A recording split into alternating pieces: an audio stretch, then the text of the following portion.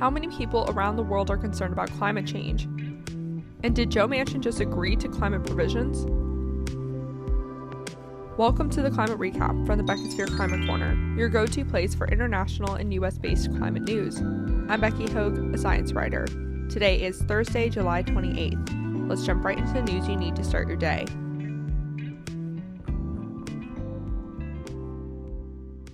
Let's start with several extreme weather events. I want to start by talking about an underreported extreme weather event.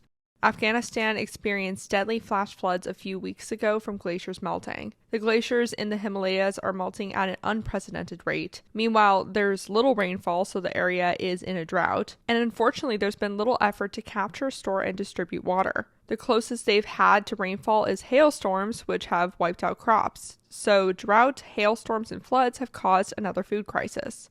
Aid is hampered by the Russian-Ukrainian war. Afghanistan was promised some funding from the UN Framework Convention on Climate Change's Green Climate Fund, but then the Taliban took over and those efforts seemed to disappear. Afghanistan is struggling, and countries like China are eyeing their large lithium, copper, and iron supplies. Pakistan is taking advantage of Afghanistan's low coal prices, which is, of course, going to worsen the climate crisis. China issued a heat alert for 67 cities where temperatures exceeded 104 degrees Fahrenheit or 40 degrees Celsius. Another 393 cities hit around 95 degrees Fahrenheit or 35 degrees Celsius. This is the second heat wave the country has experienced this month, and it's expected to last about 2 weeks. Heat waves continue in large parts of East Asia, Europe, North Africa, the Middle East, and North America. Speaking of North America, when I mentioned the heat wave in the Pacific Northwest, I forgot to mention that British Columbia is going through it too. Tuesday was expected to be BC's hottest day.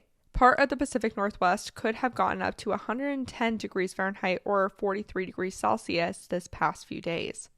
By the way, the Biden administration just unveiled a new website on how to help people stay safe during the heat at heat.gov.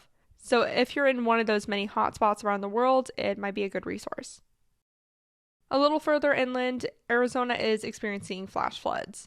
Shelter-in-place orders were issued in Flagstaff as the mayor declared a state of emergency. Like New Mexico, which we talked about on Tuesday, Flagstaff is in the scar of a recent wildfire. A wildfire burned 26,000 acres in the area last month.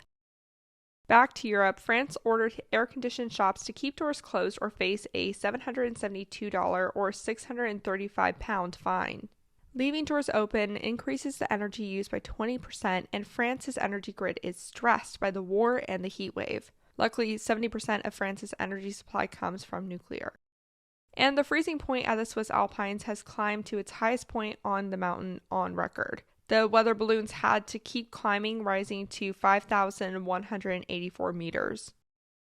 Do you think this next one is an extreme weather event? Massive jellyfish swarms turned up on Israel's Mediterranean coast. Jellyfish love warmer waters. They're threatening to clog the desalination plants.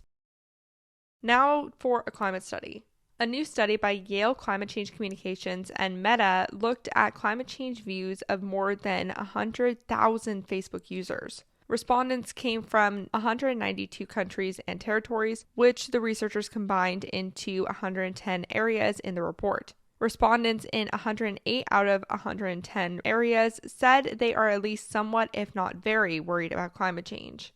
People in Mexico, Chile, Costa Rica, Puerto Rico, Ecuador, Panama, Colombia, and Portugal are the most concerned, with more than 90% of people in those countries saying they're concerned. Yemen had the lowest percentage of concern out of everyone. Only 30% of people are concerned, and about the same were knowledgeable on the topic, which is fair because they're going through a lot in that country. Similarly, Haiti has the least amount of knowledgeable people, with only 20% of people being knowledgeable about the issue, but over 65% of people were worried about it. The most knowledgeable and worried countries are in Europe. The least knowledgeable but still apprehensive countries are in sub-Saharan Africa, and the least worried countries are in the Middle East. Overall, 78% of the people surveyed globally are at least somewhat worried about climate change. 45% are very concerned. Nothing like droughts, heat waves, wildfires, floods, hailstorms, tornadoes, and hurricanes to change a few minds. But let's move on to some climate victories.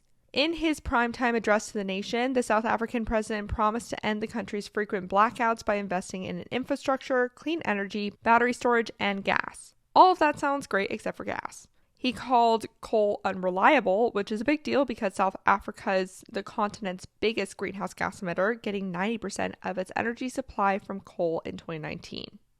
In Europe, Greenpeace is taking legal action against the UK government over claims that they failed to assess the environmental impact of burning gas from the Jackdaw gas field in Scotland. The government approved Shell to develop the field for gas extraction at the beginning of June. Greenpeace warns the field could emit more than Ghana. In the U.S., 6 staffers were arrested in Congress Monday after they held a sit-in in the Senate Majority Leader Chuck Schumer's office to protest the lack of climate action. About a week ago, West Virginia Senator Joe Manchin officially said he would not support any climate provisions in the spending bill. To pressure Schumer even harder to make it happen, 17 staffers risked their careers to demand he reconsiders negotiations with Manchin. They held a poster that said, "Keep negotiating, check. Climate action now." Some more protested outside. When asked why they posted up in Schumer's office instead of Manchin's, one staff member responded, quote, "Because there's always going to be a sheep that strays away from the herd." It could also be because Manchin tested positive for COVID earlier that day, but I like that response. Then yesterday, in a complete 180, Manchin struck a deal with Schumer on an act that included climate provisions. The Inflation Reduction Act of 2022 will take $739 billion from a 15% corporate minimum tax, prescription drug savings, and added IRS enforcement. $369 billion of that will go to energy security and climate change. That's all we know right now. It now needs to pass the House of Representatives. Is that anywhere near what we need or what the original Build Back Better Act would have provided? Not even close, but it's something. Meanwhile, the Biden administration announced that it would plant 1 billion trees to catch up on the nation's reforestation backlog. The effort will be spearheaded by the Department of Agriculture and use money from the Bipartisan Infrastructure Bill and the Bipartisan Repairing Existing Public Lands by Adding Necessary Trees Act. Trees obviously suck up carbon dioxide, so that's a meaningful way to fight climate change. The Forest Service has already expanded its reforestation efforts, putting $100 million towards the effort this year.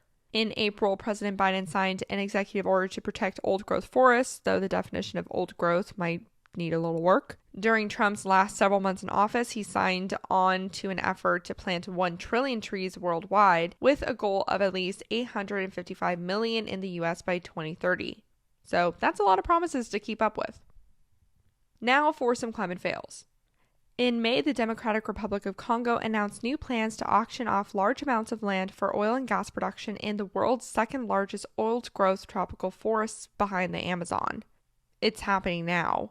The auctioned off space extends into the Virunga National Park, the world's most important gorilla sanctuary, as well as tropical peatlands. Peatlands are necessary ecosystems that store vast amounts of carbon.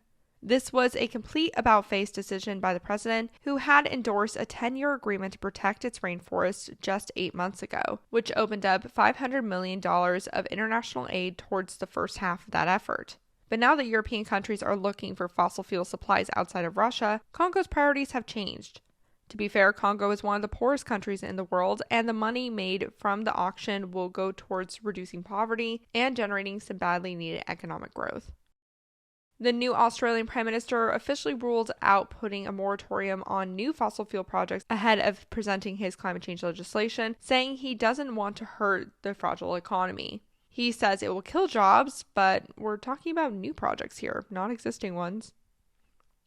And then in South America, Exxon has already exceeded its original year-end daily production target in Guyana, making 2 new offshore oil discoveries to exploit. As Reuters explains, a group held by Exxon started production in the tiny nation of 750,000 people in 2019 and currently controls all output in Guyana. I want to finish off today's episode recommending a video done by my friend Dave from Just Have a Think. In it, he dives into a new report by the Rystad Energy consultancy firm, which predicts that solar panel recycling, an essential part of the clean energy transition, to skyrocket in the next 8 years to become a $2.7 billion industry. The study says that solar will make up about 53% of the energy supply to hit a 1.6 degrees Celsius warming scenario, so that's a lot of solar panels. Dave goes into what recycling efforts currently exist and what it takes. And that was your climate recap for Thursday, July 28th. If you like the work I do, please follow this podcast, give it a 5-star rating, leave a review, and consider checking out the Beckisphere Climate Corner YouTube channel. Remember to talk about the climate crisis every single day and to support your local news organizations. Bye for now.